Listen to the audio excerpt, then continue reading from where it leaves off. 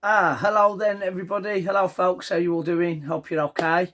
This is now, I think, episode 3 of Reversing the Hold. My new little pod show that I'm putting out there. I keep going to say episode 4 because we did like a teaser episode. We did like a half-length episode, so I could say hello to you guys and get all your questions in and that kind of thing. So yeah, 99% sure it's episode 3 anyway. So, yeah, welcome to episode 3. If indeed it's definitely episode 3, which I kind of think it is, but you never know. I hope we've enjoyed the first lot. Obviously, we had the teaser thing where I said hello to you. Then we did sort of a bit of a Q&A, which is a little bit similar to what I'm doing today, but I'm making sure it's very different questions and I'm not going to hopefully bore you to death. Now I've said that, it's probably going to be the most boring episode out of the 3 or the 3.5. Then we did episode 2 where I took you on the road and I showed you, a little bit backstage and just a little bit of me of being overly excited and such, really. I'm just checking. Yes, I've got my bottle opener. I'm safe. I thought I was going to have to do a second take and get to the kitchen then and fetch my bottle opener. No, we're good. We're good. But yeah, this is episode 3 and I hope you're enjoying the little run so far. I was going to do this as a limited series. So I suppose we're halfway through or a third of the way through or whatever. It depends how many episodes I agreed to do. I better check the first post on that one. I'll get my plugs in. I'll tell you what I've got going on and all that kind of stuff before we get into the questions. I'll let you know all my information. This Friday, I suppose I better tell you when I'm recording this and whatnot. It's 3 o'clock on Thursday now, Thursday the 2nd. So I'm recording this at 3 o'clock in the afternoon. I'm hoping to have it online by this evening, so you'll actually see it. So fingers crossed. So tomorrow, Friday, I'm wrestling in Oakham in Leicester. And if you just check Johnny Rose out on Facebook, you can get all the details for that because he's helping put that show together. I think it's the IWA, the International Wrestling Association, International Wrestling Association, IWA, I think so. It's something like that, like AAW or IWA. I'm really bad with initials and names. I'm not being rude. Also, I've never wrestled for this promotion before, so it's not kind of etched in my brain yet. But I'm sure it's the IWA. But anyway, I'm in Oakham at the Railway Pub wrestling tomorrow. And if you search the IWA, you might find another promotion because I've probably got it wrong like a buffoon. But if you search Johnny Rose on Facebook, he'll have all the information. You can find out if I was wrong on the details. I've got quite a busy weekend, but that's the only proper wrestling related thing. What am I doing this weekend? Friday, yeah, I'm wrestling for Johnny in Oakham, so check that out. Saturday, I'm going to watch my cousin fight. He's fighting in his MMA debut, so he'll be debuting over across in Birmingham. So I'm going to watch that. I think that might be sold out, but if you want to watch some MMA, let me know. If there's any tickets, I'll let you know. Sunday, I'm hopefully doing some stuff with Elise because it's a birthday Saturday. So I'm hopefully doing stuff with Elise. There is something going on Sunday, but I forget that. And then Monday, Monday's pretty cool. This isn't plugs, by the way. I'm just telling you what I'm doing with my life on the weekend. I'm not sure why I'm going into this much detail. I better tell you what I'm doing Monday now because I've started. Monday, I'm going to the Grand Theatre in Wolverhampton with a bunch of the lads. We're going to watch like an Italian 90 celebration, the England team. The Italian 90, Paul Gascoigne's there, Stevie Ball's there, Shilton's there. There's quite a few players there and they're doing something on stage and talking about Italian 90, so that'll be interesting. I was supposed to be plugging stuff to you though, so I don't know why I've just bored you with what I'm doing on Sunday afternoon at 3 o'clock. I don't know. But okay, here's my actual plugs. I am in Oakham on Friday, tomorrow. You know where to get the details for that. Week after that, I'm out in Portugal. I'm wrestling and taking a seminar. If any of you are watching in Portugal, check out Red Eagle for information on his seminar and his shows and whatnot. So you know where to go for that if you're already in Portugal, I imagine. Week after that, I'm wrestling in Hereford for Prize Wrestling.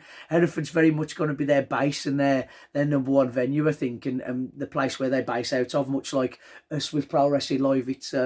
It's Darlaston Town Hall. Well, it was the Darlaston Hall Active and it's the Darlaston Town Hall. I suppose Sharon's our base, really. We follow her around, but much like that, Hereford's Prize is base. So in a couple of weeks' time, I'm wrestling for Prize.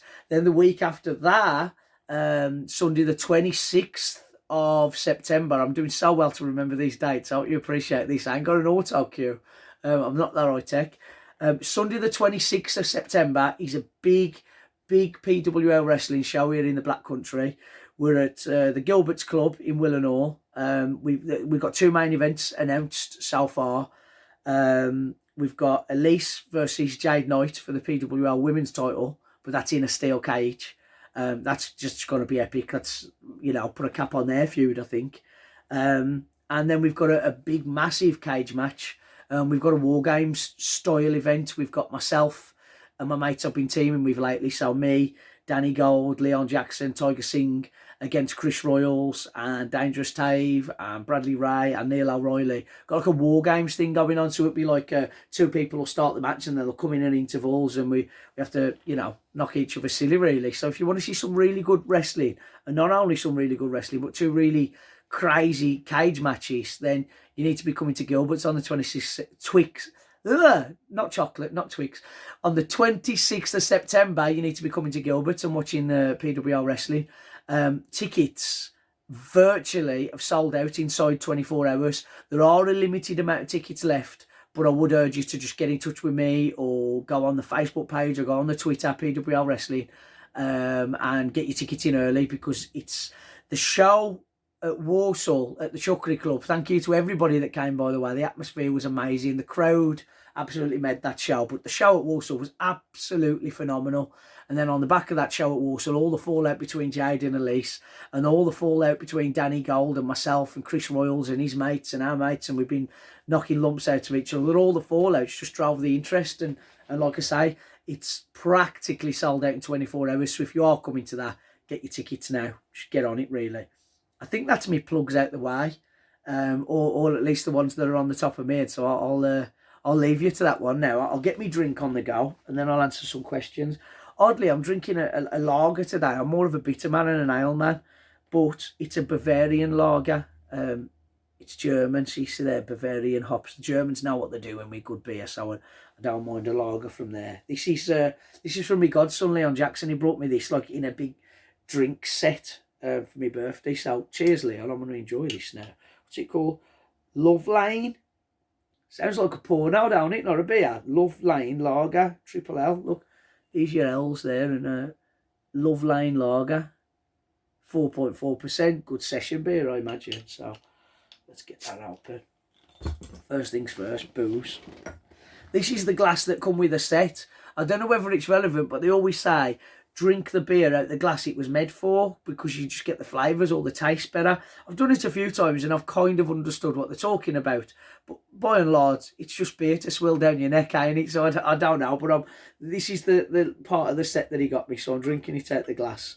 See if I can pour it, like danger now, see if I can pour it without having a massive head or something so I don't look daft. Let's see.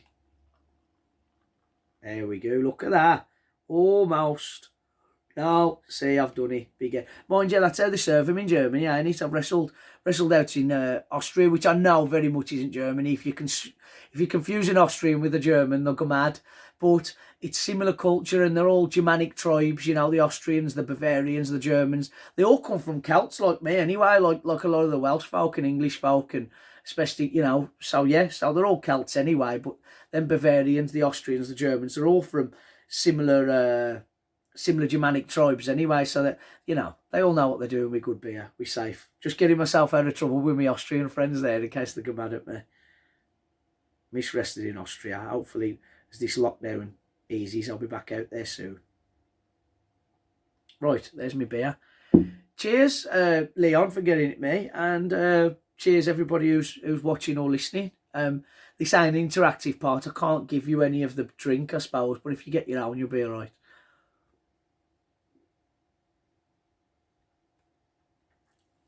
Yeah, that's all right, That's nice. A bit cloudy. Look, I suppose that's a German lager trait, I suppose. But that's lovely, that is. Really good. Shall we have a look at some questions then? I feel like one of those kids presenters where you've got all the puppets around and you try, shall we look at some questions then, children? I better try and pick the tempo up and act like an adult, hadn't I, really? Some really good questions, to be fair, this week. So I think we're gonna be interesting.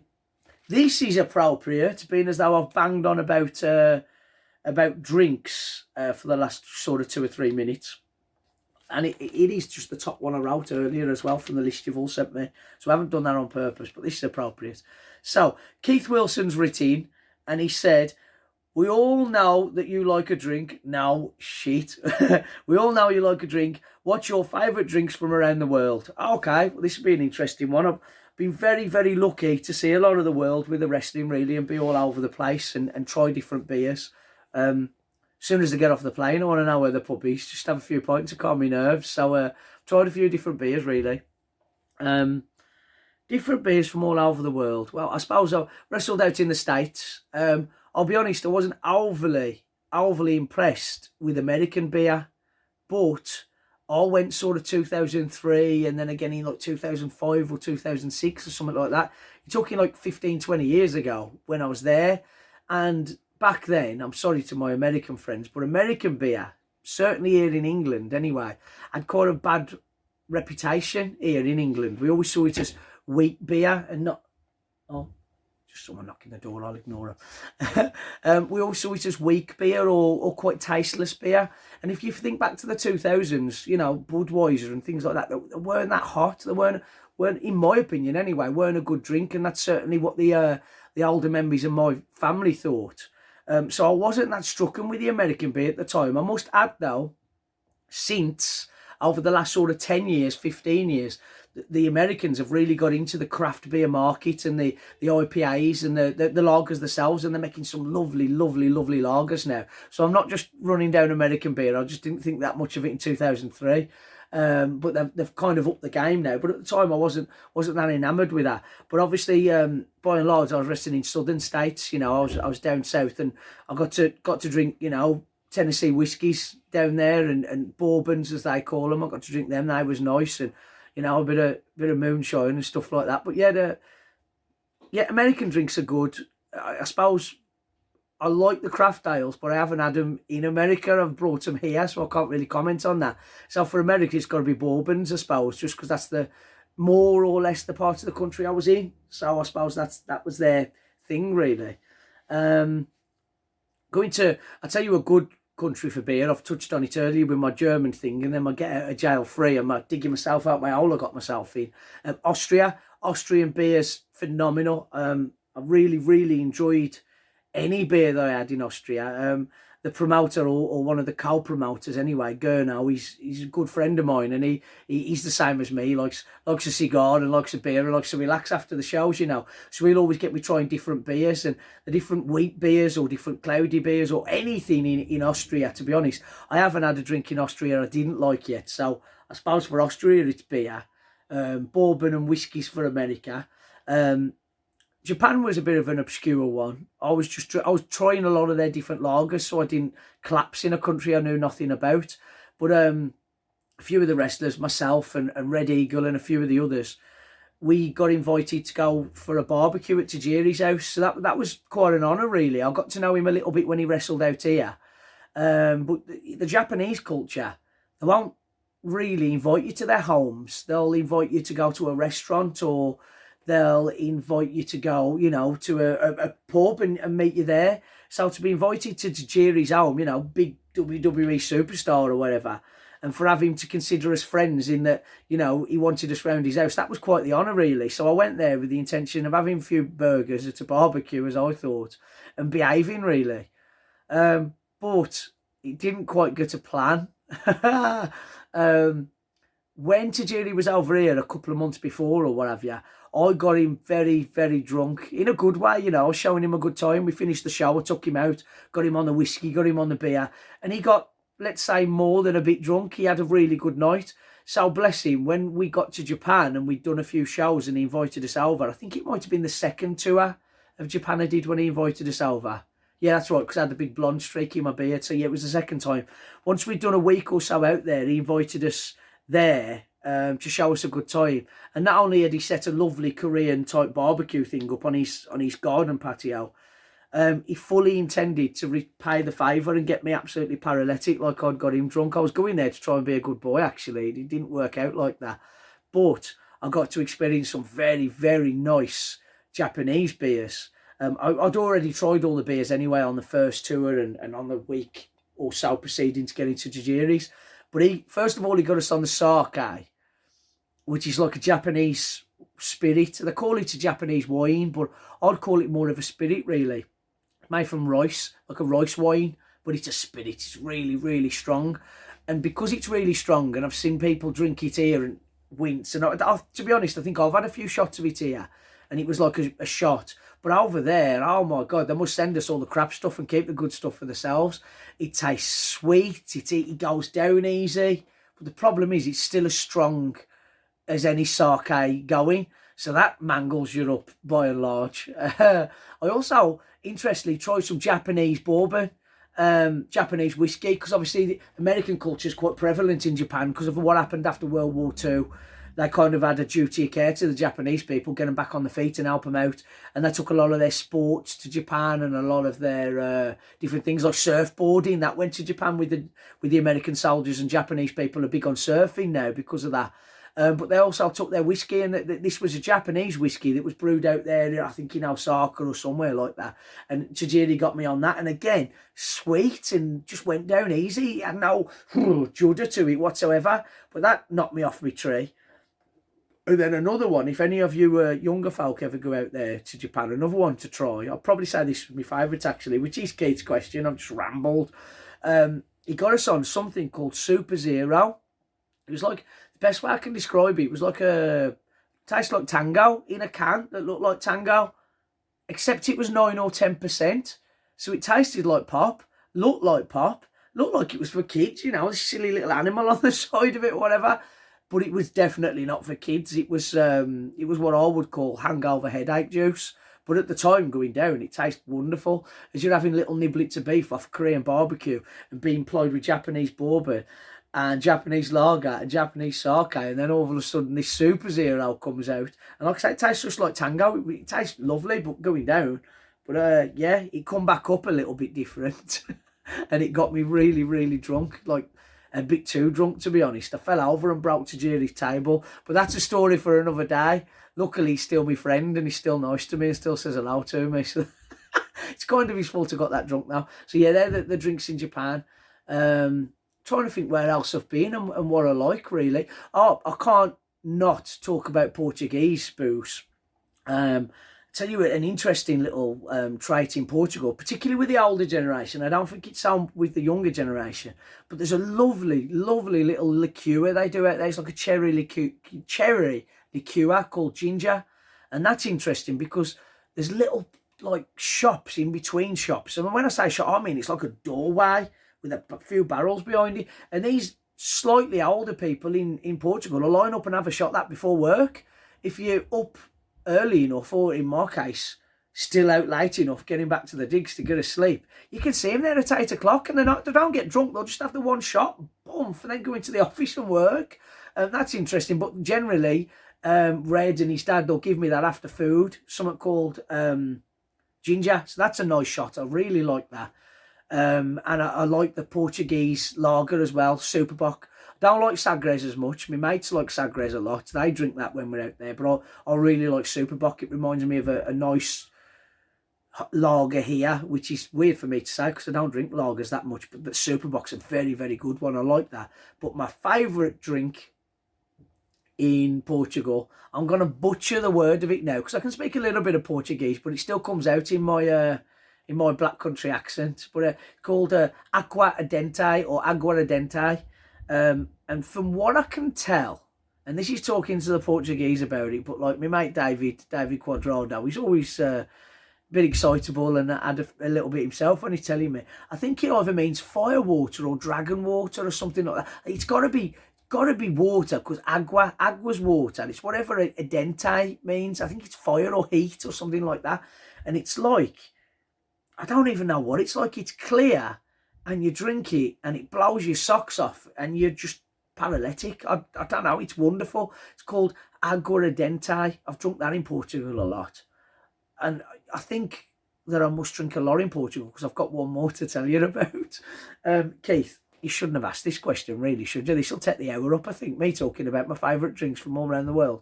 This one is actually a Brazilian drink. But obviously, the Brazilians taught Portuguese, or a fashion of it, you know, Brazilian Portuguese. And originally, Brazil was founded, conquered, whatever you want to call it, imperialist. I don't know, wherever you want to be upset about it or not be upset about it, that's up to you. But originally, Brazil was conquered or founded by the Portuguese. So a lot of Portuguese people have relatives in Brazil and vice versa, and they go backwards and forwards. So I imagine, although it's a Brazilian drink, it's made its way back to Portugal with the Portuguese folk, I imagine. But this stuff, it's from a short called Caper. But the drink that I have, it's called Caipirinha, and it's got this caper in it, and it's got like limes and crushed limes in it. It's quite a sour drink, but I like a sour cocktail. And the best way I can describe it is jet propulsion fuel. Whenever I take a new person out to Portugal, I always get them a massive like 2-point thing of this caipirinha, and most times out of 10 it just sends them to bed. It's so strong. It's strong, but it's not only strong, but it's very, very nice. It goes down easy, but sip it if you get yourself one. Don't go crazy like half my wrestlers do and neck it and then want to go to bed. Beautiful drink. There's probably 100 more drinks I like, but I'm going to shut up now because I can't keep going on about booze. You'll think I'm sitting here with a beer, talking about beer. We're on 21 minutes. I'm going to start making myself look bad, I know. So let's move on now. Another question. Keith, I hope you got your money's worth on that question. It was a free question. They all are. Old Shay, he's asked me another question. Bless him. He always comes up with a good question. Okay, he's asked me a question I'm going to have a bit of a rant about, I think. He's put, Matt, what do you think of some of the movies from the 80s and the 90s getting remakes? So I'm a bit funny about films getting remade, if I'm completely honest with you. Just gonna have a drink. Remember when I said I need a guest so I can actually get some drinking done? I do, don't I? Get all that foam out my moustache. Right. Yeah, I don't like films being remade by and large. For me personally, I mean, if you go and watch them and you enjoy them, that's nothing to do with me. More power to you, and I'm glad you enjoy them. Brilliant. But it ain't for me. Like, I don't know, I've written some down here to give myself some notes. You know, here's one, Total Recall. Total Recall, 80s film with Arnold Schwarzenegger. Yeah, it's cheesy, it's a little bit, you know, this, that and the other. But it's a solid watch, it's a great film. So are most of Arnie's 80s films. I don't care if he's got a funny accent or his acting ain't the best. Arnie films were produced and made, you know, to be fun, and that's what they are. And then they stick that, what's his name? Farrell. Is it Colin Farrell from Ireland to play Arnie's role? I'm sorry, but I'm never, ever going to watch that. That Farrell from Ireland, I won't watch him anyway. He's my rant on. I don't know if it's Colin Farrell. I think it's Colin Farrell, but I get mixed up with Colin Firth, the English lad. You know who I'm talking about. He played, who did he play? He played Alexander the Great. I'll have a mini rant about that in a minute. He played Alexander the Great. He played Bullseye in the Daredevil film. He's played loads and loads of stuff. But basically, he's the star in Total Recall, you know, instead of Schwarzenegger. So you've got Schwarzenegger over here with like all this charisma and one of the highest grossing movie stars at all time. He certainly was the highest grossing movie star in his day anyway. And all this charisma and electricism, I suppose, in a way, a little bit like the Hulk Hogan of wrestling. He's got all the charisma and all the appeal. He might not technically be the greatest, brilliantest actor in the world, but he's got people's attention. So you've got this mammoth here, this icon of charisma here, and then you've got Farrell from the Irish fella, Colin Farrell, with all the charisma of a cucumber. Now, I don't quite get that myself. He's my rant on that Farrell lad, and I keep not saying Colin because I think there's another famous person called Colin, but I think it's Colin Firth, so don't worry about it. You know what I'm talking about. He played Alexander the Great. Get this. What's that Alexander film? Played Alexander the Great. He's Irish. Fair fucks, you know. I'm English. It don't matter. I ain't having to go that he's Irish. But he played Alexander the Great, you know, this big Greek national hero. He conquered most of the known world, you know. And I think everybody knows he's Greek. Let's get that in again, you know, he's Greek. And he plays him as an Irishman. He does an Irish accent. Well, I'm sorry, but I can't get my head around that. Now, you might be saying, oh, he's just doing his normal voice. You know, an American actor would have played it American. I completely understand that part as well. American would have played it American.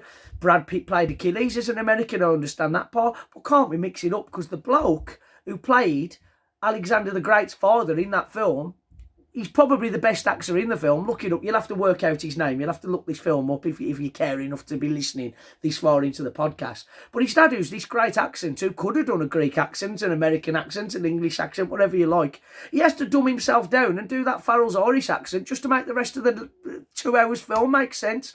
So I'm not a big fan of his anyway. So him taking Arnold Schwarzenegger's role in Total Recall done me nut. I don't like that.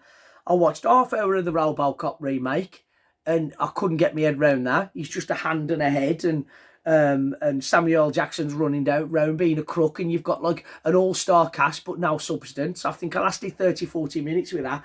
Fuck off. What other remake? I just can't stand them. They ain't for me. Remakes. Ghostbusters. Are you having a laugh? Are we taking a piss there, remaking Ghostbusters? I'm sorry. I'd rather go to an independent cinema that's going to reshow the original Ghostbusters. And you know, people like Harold Ramis and Bill Murray being like took off by like B-list American female comics. Nah, I'm sorry. But also, I think there's an air of sexism there. They're going to cast 4 women as the Ghostbusters, but get the chap Chris Hemsworth, who plays the Thor, to play the female receptionist. But like, he's a complete airhead and an idiot. You know, there was too much forced in that. But I think I lasted 20 or 30 minutes on the Ghostbusters remake. Off, done. That was gone. What other remakes was that? Jumanji. I love The Rock.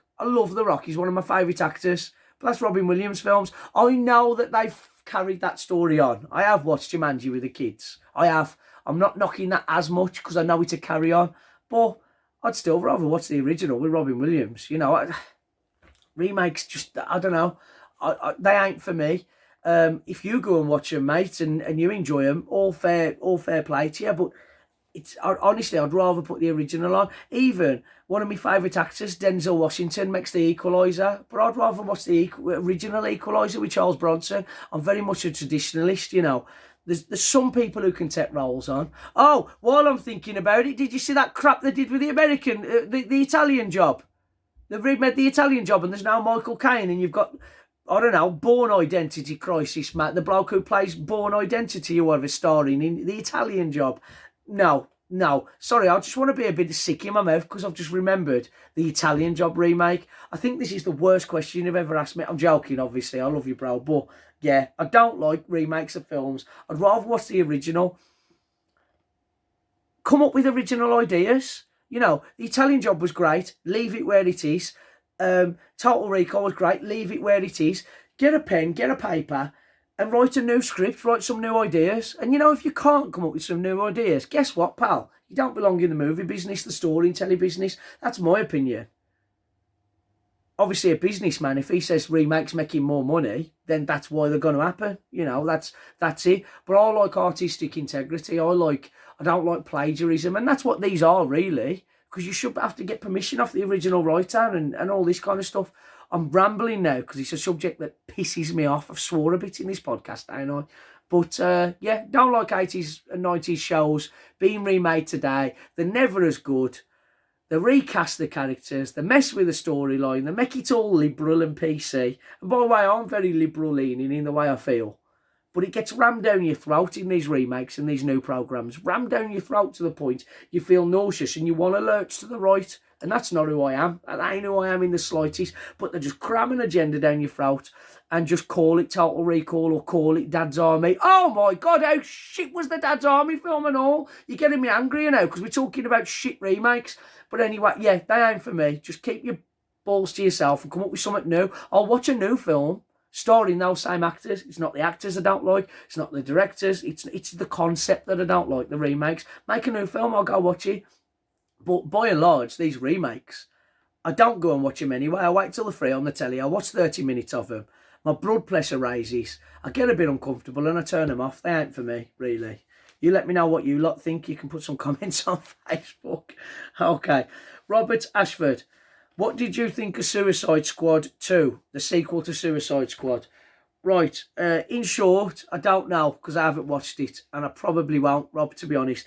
In a similar vein to my little movie rant that I'm on now, they put Suicide Squad 1 out And that was great. I did enjoy that. It had its flaws, it had its faults. It was a little bit plodding in parts, and I think it could have benefited off an extra 20 minutes of storytelling, just flesh out a few of the characters out. But anyone can be a movie critic. I am a movie critic. It was what it was for me. I suppose I kind of am a movie critic now because I'm critiquing movies. Whatever.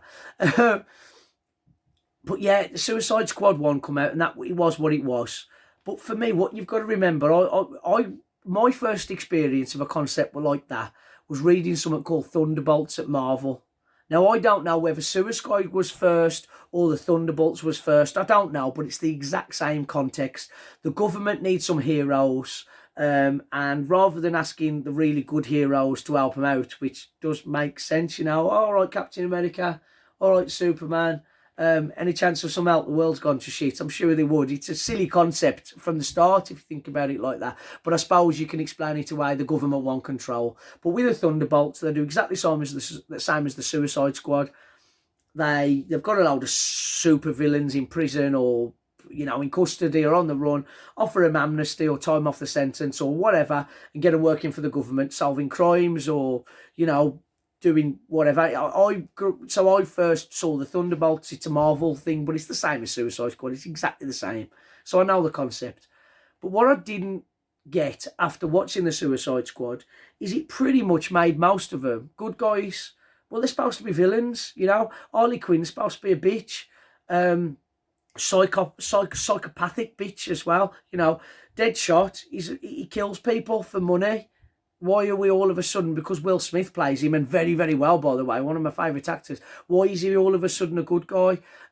Even the crocodile, who should be, like, awful. You know, do you know what I'm saying? Like, it's a silly concept because I'm talking wrestling terms now. It baby faces your villains. It makes you, the guys that you need to see having fights with Superman and Batman, you're like, oh, I like him. And I kind of got a bit sour to the subject in that, I suppose Marvel did it for me, really. XMen, I spoke about them on the previous podcast. I absolutely love the XMen. Let me just turn the volume up so I definitely know you can. Sorry about that. Just messing with the volume and it cut out. What I was saying anyway, you know I love the X-Men. And the X-Men, in a weird way, soured me to the Suicide Squad, Rob. And I'll tell you why very, very briefly, or I'll try and be brief anyway. X-Men First Class, great film. It's got Mystique in it. You know, the blue shape-shifting lady. I forget the name of the lady who plays Mystique now. It's not Scarlett Johansson. That's Black Widow, isn't it? Anyway, she's the lady from the Hunger Games. I'm terrible with names. I'm not being ignorant. I barely know my own name. I'm not being ignorant. But it's, you know, Mystique anyway. In between making First Class and the next film, her career, the lady who played Mystique, her career blew up and went up a whole other level, just another level. So what do? They make her like the biggest hero in there. Obviously, they did Days of Future Past where she was conflicted and she was going to kill someone and Wolverine had to go back in time and save her. Well, first of all, the graphic novel, Days of Future Past, does involve Wolverine time travelling, but it's got nothing to do with Mystique being saved. Don't understand that at all. And basically, because the actress that played Mystique became very, very popular, they made Mystique's character an out-and-out good guy, or more or less anyway, made her a hero or an anti-hero, with no regard, I'm pointing over there at the comics, with no regard to the source material whatsoever. She's an evil bitch. In every comic I've ever read, you know, she rides with Magneto, Brotherhood of Evil Mutants. The clue's in the name there, evil. You know, she's an evil bitch. And, oh no, but the actress that plays is quite popular. So, that's, you know, the source material. Sod that. Let's make this. And to me, Suicide Squad smacked to that. You had that Harley Quinn character played, again, I forget names, I'm terrible with names, but you got Harley Quinn's character, very, very popular actress, that come out, all the villains are good guys for some strange reason, we now love them all, even Captain Boomerang, who's a prat, we now love him, Again, though, it was played like that. I know what they were doing. It just made no sense to me as a comic book fan.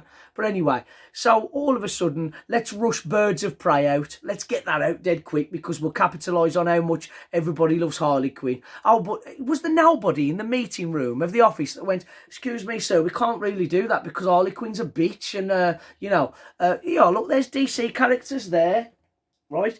There are obscure DC characters played by really strong, DC characters, really strong female characters there they could have drew off instead of using Harley Quinn again.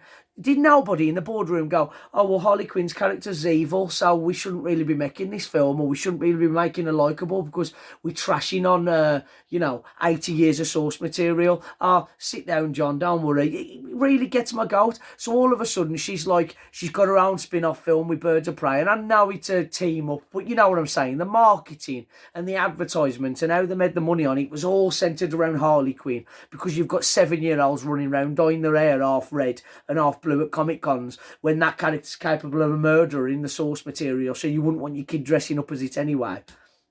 And now they're making Suicide Squad 2, and you've got to put John Cena on the screen in a big silver helmet. And, this is another thing that made me feel sick. Did you see that on the internet? Apparently John Cena, the great wrestler that's John Cena, has stolen, I don't know if it's stolen or it's a publicity stunt. It's probably a publicity stunt, because he wouldn't have the gonads to do it, would he? But apparently he's stolen the costume of the character he's playing, and he's turning up to all the premieres and all the press releases in the uniform. Do you think Will Smith would do that? Do you think The Rock would do that? Do you think Robert De Niro would do that? Do you think a serious, honest-to-goodness actor does that? Now that just over-smiley, pearly-right, stupid, smiling Pratt from the wrestling does it to make a buffoon out of all of us and make all of us look like Pratt and all. I'm proper ranting today, I know. But in short, Rob, I didn't watch Suicide Squad 2, and I probably won't, because it's a load of crap, ain't it, really? But that's just my opinion. I hope you watched it. I hope you enjoyed it, and I hope it made you happy. But I won't be watching it, and I'm going to stop trying to have rants on the movie industry now that's ruining my childhood. Right, what next? Here's a quick one. I'll answer like a light-hearted one to kind of bring the mood down and my blood pressure. Ellen writes in, and she says, there's a lot of sci-fi and comics being talked about here. It's your fault, not mine. Don't blame me.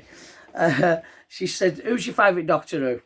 Okay, that's cool, because obviously you've seen me post about Doctor Who before on Facebook and all of that. I'm a big fan. Two answers. When it comes to the TV show, I really like Tom Baker, the fourth Doctor, the one with the big long scarf and the hair a little bit like mine. I really, really like Tom Baker. He's my favourite actor on screen. But then I listened to the Doctor Who audio adventures. I'm going to do an advert now. They ought to, send me a free audio adventure for this. But they're called Big Finish audio adventures, and they're all the Doctor Who casts. Obviously they've got older, but it's like a radio show. You listen to it as an MP3, or I've even got some vinyls over there. I've got some vinyls of them. And one of the worst doctors on the TV, nothing to do with his fault, he's a great actor, was Colin Baker. So you got Tom Baker, the fourth Doctor. He's my favourite TV Doctor. But Colin Baker played the sixth Doctor, and his series weren't very good. It was when the budget was low and when the BBC didn't really give a crap about Doctor Who. So it was pushed to the back, and it wasn't really well looked after, and the scripts he had to work with were terrible. But some of them were good, but it was bad, and sets that wobbled in the background and stuff like that. You know what I mean? It was a low point, really. But his audio adventures are amazing because he's a good, brilliant quality actor. He's a fantastic actor, but he gets to flesh the character out and make him less abrasive and more amenable, make you like him a little more, and show a character arc of grumpy Doctor to, this is where I've ended up. A bit like Picard with Star Trek, how he started off really abrasive and grumpy in season 1, and his character got to evolve. Well, Colin Baker always envisioned playing the character for years like Tom Baker did. He wanted to break his record. That was his hope, really, because I think Tom Baker was like 7 years or something like that. It was long anyway. But the audio adventures are brilliant, and they really grow his character. So, yeah, to answer your question, I'm trying to be quick so I don't do some kind of crazy rant again. Tom Baker for the TV And Colin Baker for the Audio Adventures are my favourite doctors. And if you don't know the Audio Adventures, go on Google, put Big Finish Doctor Who up, and you can download some for free as a tester, I think. And then they're still cheap even after that. But I have the vinyls of them. I've got 2 over there, and they're bloody brilliant. But yeah, that's easy question without me losing my shit and having an heart attack. Okay. Got a bit of a heavy question now, but a fun one, I think, anyway. For those of you that are interested in this. Simon Rocks asked me, he says, I love how deep you get into your conspiracy theories. I'm sure me kids and me wife don't like how deep I go into it. You probably think I'm a lunatic. I love how deep you get into your conspiracy theories. And as you know, I love a good conspiracy theory myself. Nice one, Simon. What are your favourite conspiracy theories? And are there any that you think are plausible?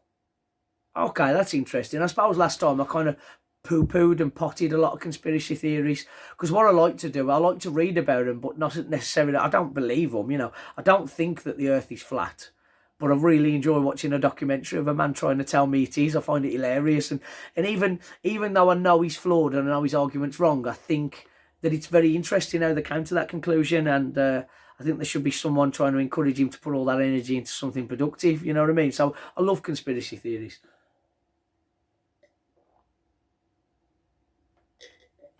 Well, let's have another drink. But probably me, I wouldn't say so much favourite, but the one that I go back to over and over again. The one I find most interesting, that's probably it, really. The one I found most interesting is a theory that was introduced to me by my uncle.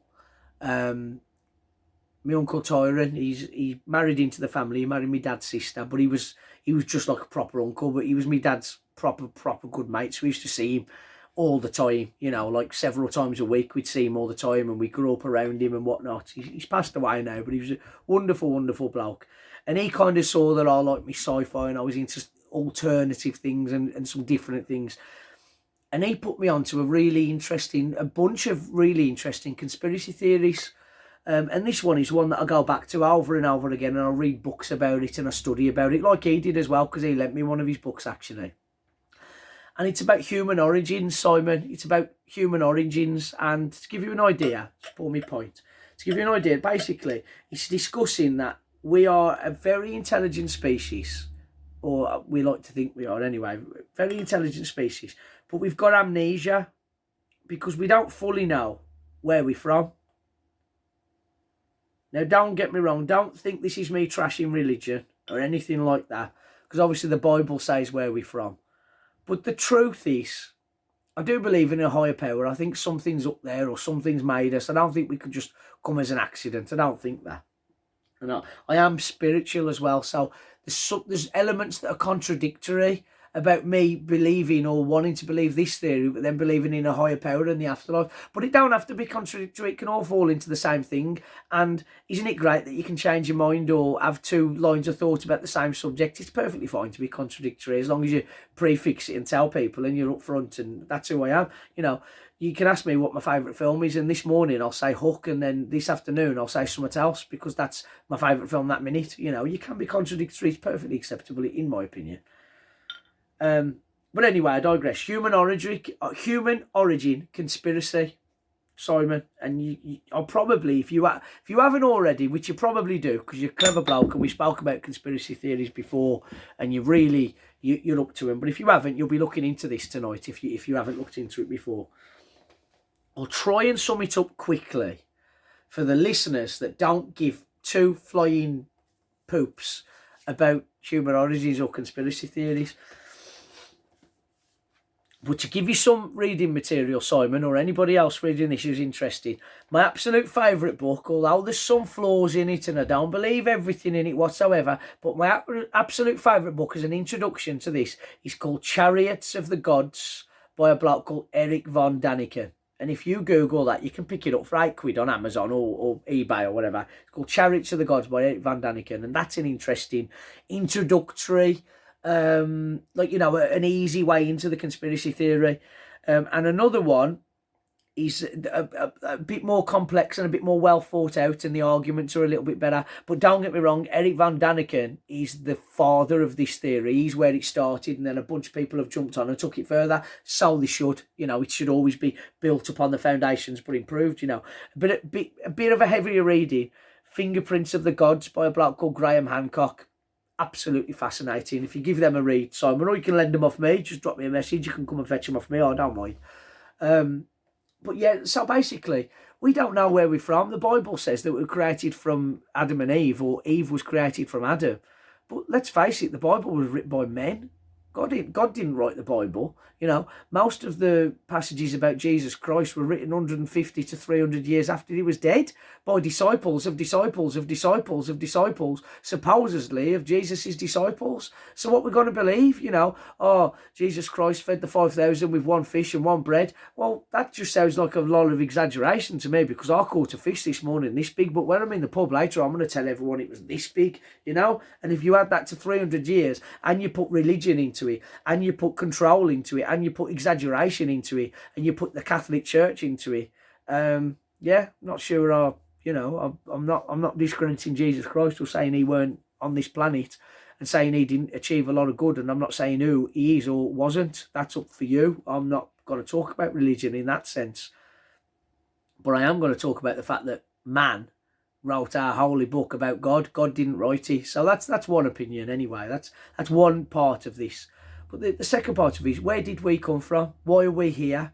Every animal on this planet, be it a chimpanzee or an orangutan or a gorilla, to talk about other simians like us, or the monkeys like us, because we are just big monkeys, aren't we, or little monkeys, or dogs, or we'll leave dogs, we'll shelve that, I'll come back to dogs. Wolves, a slug, a snail, a fox, a badger, a lion, a rhino. They all just live on this planet quite fine. They're just, a shark sleeps in the sea, or doesn't sleep, depending on what you want to believe on sharks. Or, a bird makes a nest and sleeps in the tree and just goes to sleep. But we cut our hair and we wear glasses. I'll put this in my beard because I think it looks nice. How many other animals go and decorate that? I wear clothing because I'm not warm enough. But a dog has got a fur coat to stay warm, and then to stay, in the cold, and then when it's warm and it needs to cool down, it pants. I know we sweat and it's supposed to do this, that and the other, but we don't cope well. A polar bear's perfectly fine in Antarctica, but the Eskimos have to put furs over themselves, or Inuit, as you're supposed to say now. They have to put furs on themselves and make an igloo. Why do we wear clothes? Why do we talk? Why do we have the internet? Why do we wear shoes? Why do we get sunburnt by our own sun? But the cows in the field, or a little water vole or an otter, he don't get sunburned. There's something off, like we don't quite belong here. I've talked, anybody who's ever had a few drinks with me knows I talk about this loads. But why do I get sunburned? Does it mean that sun's a bit too close for me? Have I come from somewhere else? I'm not saying I have. I'm saying it's interesting. Why, when old folks are 80, why do they start hunching down and gravity takes hold and they get a little, stoop in their walk? Why do old people shrink? Is it because gravity is a bit too heavy for human beings, and we struggle because we're from somewhere else? I mean, Mars would have been a little bit further away from the sun, so we might not have got sunburnt there when that had an atmosphere. Mars, being a smaller planet, would have had a lower gravity, being a smaller planet naturally. Is that where we belong? Why have I got arthritis in my back? I haven't. I'm talking hypothetically. Why does gravity crush older people and all old people shrink? Is it because we don't belong on this planet? It's an interesting theory, but these fingerprints of the gods and the chariots of the gods, they propose different ideas as to why we don't belong here. Because I don't think we belong here. I don't. Even in England now, where the weather's mild, if you let me sleep outside in January with no blanket and no provisions, I'd be dead. I'd die of exposure overnight. But a sparrow in the tree or a rabbit in the ground, they ain't gonna die. I don't know. I feel like we don't belong here and human origin is unanswered. Even the theory of evolution, Darwin's theory of evolution, it's called a theory. It's taught as a fact in the schools. But if you look it up, Wikipedia, Google, encyclopedias, go to the library, don't rely on the internet for everything. It's called the theory of evolution. I'm not saying there ain't evolution, because I do firmly believe in it. And I've got other things to add to it. But I don't think it quite applies to humankind, to mankind. And our origins, we don't know about, Simon. So that's my biggest conspiracy theory. And I've gone on far too long about it, but I've only scratched the surface about it. Maybe I'll do a separate podcast about that to not bore all the other people that don't want to listen to it. But I'm quite passionate about it, and it's one to go backwards to. And thanks, Uncle Tyron. It's your fault, really. You got me into that in a big, big way. And honestly, I could probably talk about that for 4 or 5 hours. I know that much about it, or I've learned that much about it, or I've read that much about it. I don't know about it, because if I knew about it, I'd be teaching it as fact, wouldn't I? Let's try this new beer. This is a different one. It's still Love Lane. It's still like it sounds like a porno, but this is Love Lane Pale Ale. LLPA, look, from the same gift set. Cheers, Leon. See if it's any good. Oh, that's nicer. That's a lot nicer. That's good, that is. The lager is nice, but that's another level, that is. Don't say anything about Bavaria on this one. I don't know where it's from.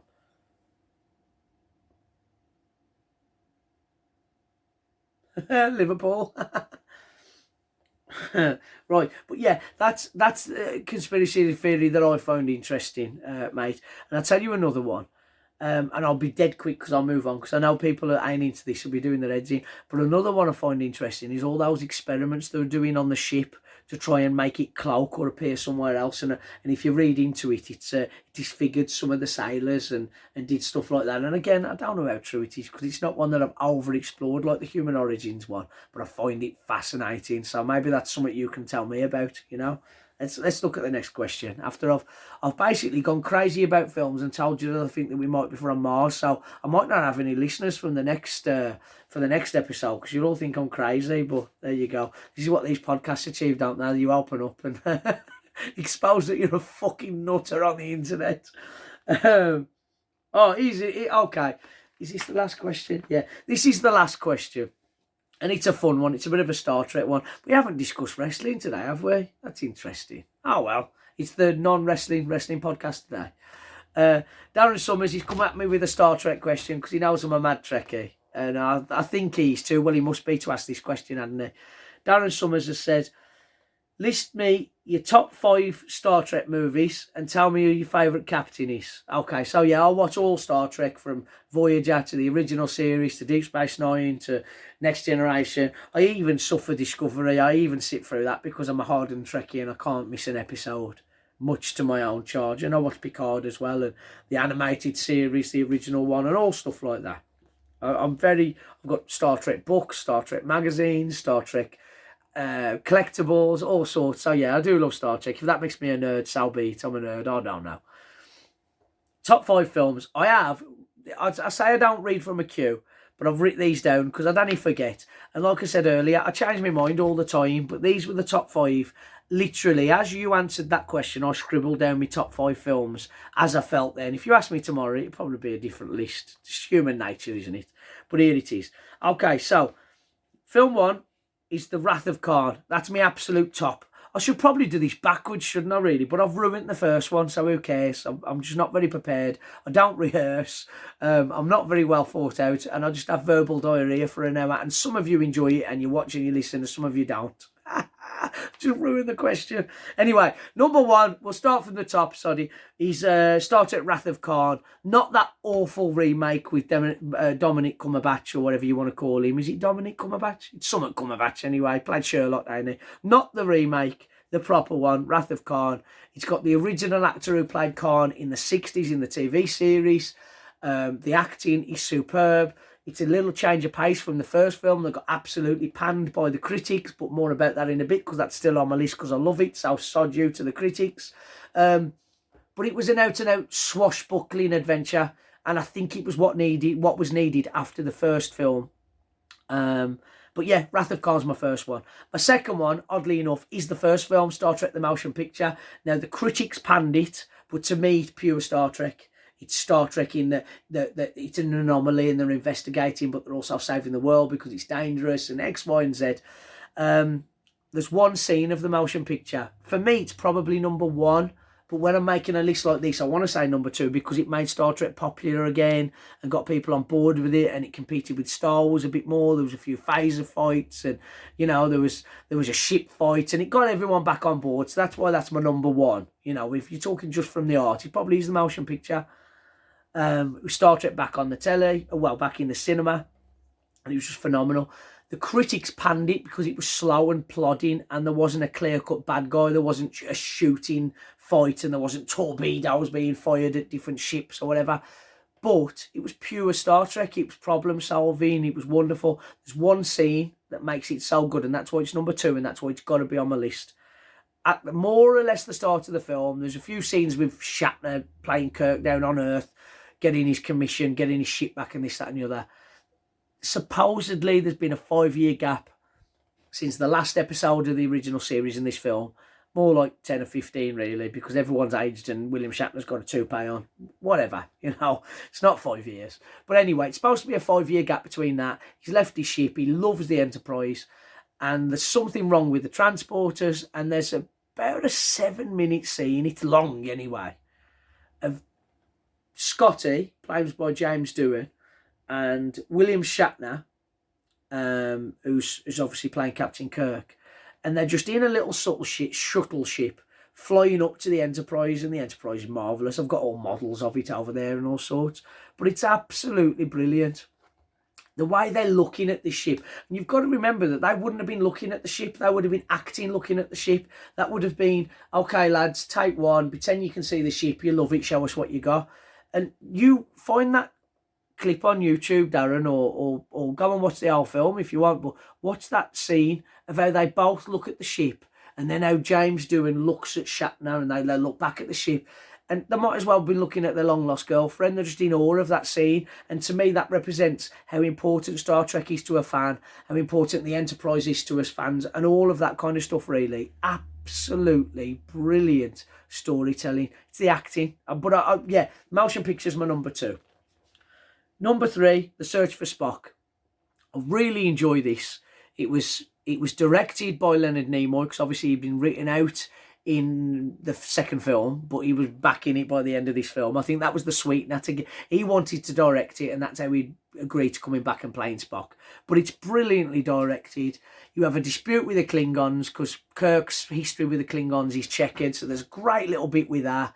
The Genesis Project, all of this kind of stuff. And basically, that's part of Star Trek 2, but it all bleeds into 1. 2, 3, 4, and 5 are all effectively back to back. There's not a break in between it, so you can medley it up really. But Search for Spock's brilliant. Leonard, the guy who plays McCoy, the Doctor, DeForest Kelly, he's absolutely one of the best actors ever. And he has to play like he's got Spock's soul in him. So he kind of does Spock's voice and he acts like Spock, but he acts like himself, and he goes off on one.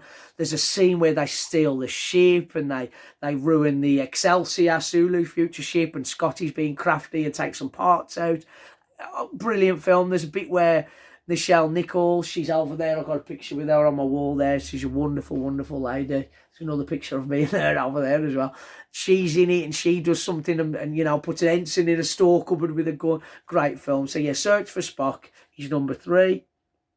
Voyage Home's number 4. The 80s one. They go back to the 80s. It's fantastic. And again, it's set right after 3. So yeah, Voyage Home, the 80s one is brilliant. You've got Pavel Chekhov asking cops in a Russian accent in the middle of the Cold War for a nuclear vessel.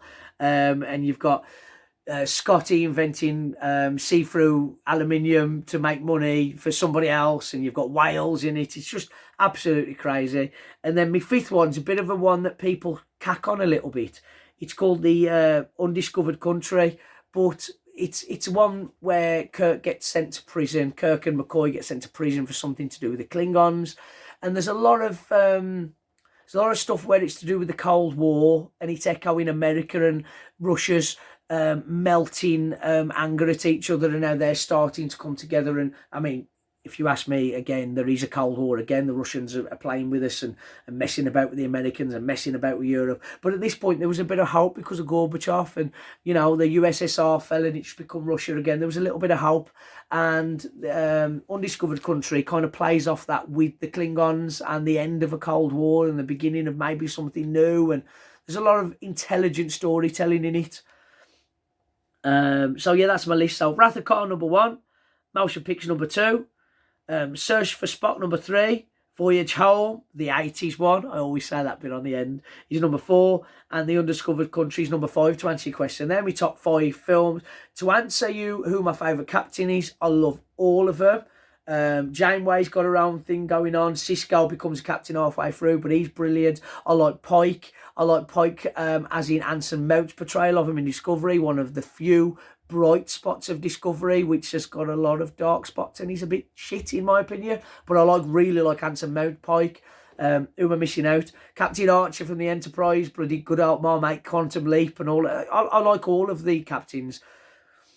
But it's a coin toss for me between Captain Kirk, William Shatner, and Jean-Luc Picard, Patrick Stewart. I can't really pick. If you were to ask me this question again, 3 of the Next Generation films would probably be on this list.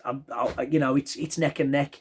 So it's between Kirk and Picard, and I don't know which is my favourite. I just love them both equally, and that's a bit soppy and a bit of a cop-out, but that's my answer. So there you go. I'm going to get off now. I've got a few more of these to drink, and I'm going to cook myself a nice Italian dish tonight. I'm having some bolognese stuff, and I've got my own recipe, and so I'm going to do that. But before I go, don't forget, I'm resting in Oakham tomorrow. The following week I'll be Portugal, so there's nothing local, but if you're in Portugal, go get in touch with Red Eagle about the show and the seminars and all that kind of stuff. Week after that, I'm resting in Hereford for Prize Wrestling. Go to Chris Royals for your tickets. The week after that, the Sunday the 26th, which is an afternoon show, but so don't worry about getting home late for work or getting home late for school or anything like that. It's an afternoon show. We've got Rage in a Cage, we've got War Games and all that kind of thing. There's my plugs. PWL are hiring referees. We're going to start a referee training course, so get online and look that up. I'll film you a few little clips for tomorrow when I'm on the road and maybe put them in the podcast or put them up separate. But right now, I'm going to carry on drinking and do a bit of cooking in the kitchen. And that's it, really. Get ready for tomorrow's show once I've done that. So, yeah, have a good one. Please don't think I'm a nutter. I'm sorry about the conspiracy theories, but they ask me the questions. I answer them. Thanks very much for watching. Thanks very much for listening. Wow, I'll speak to you soon. Thanks, guys. See you later. Cheers.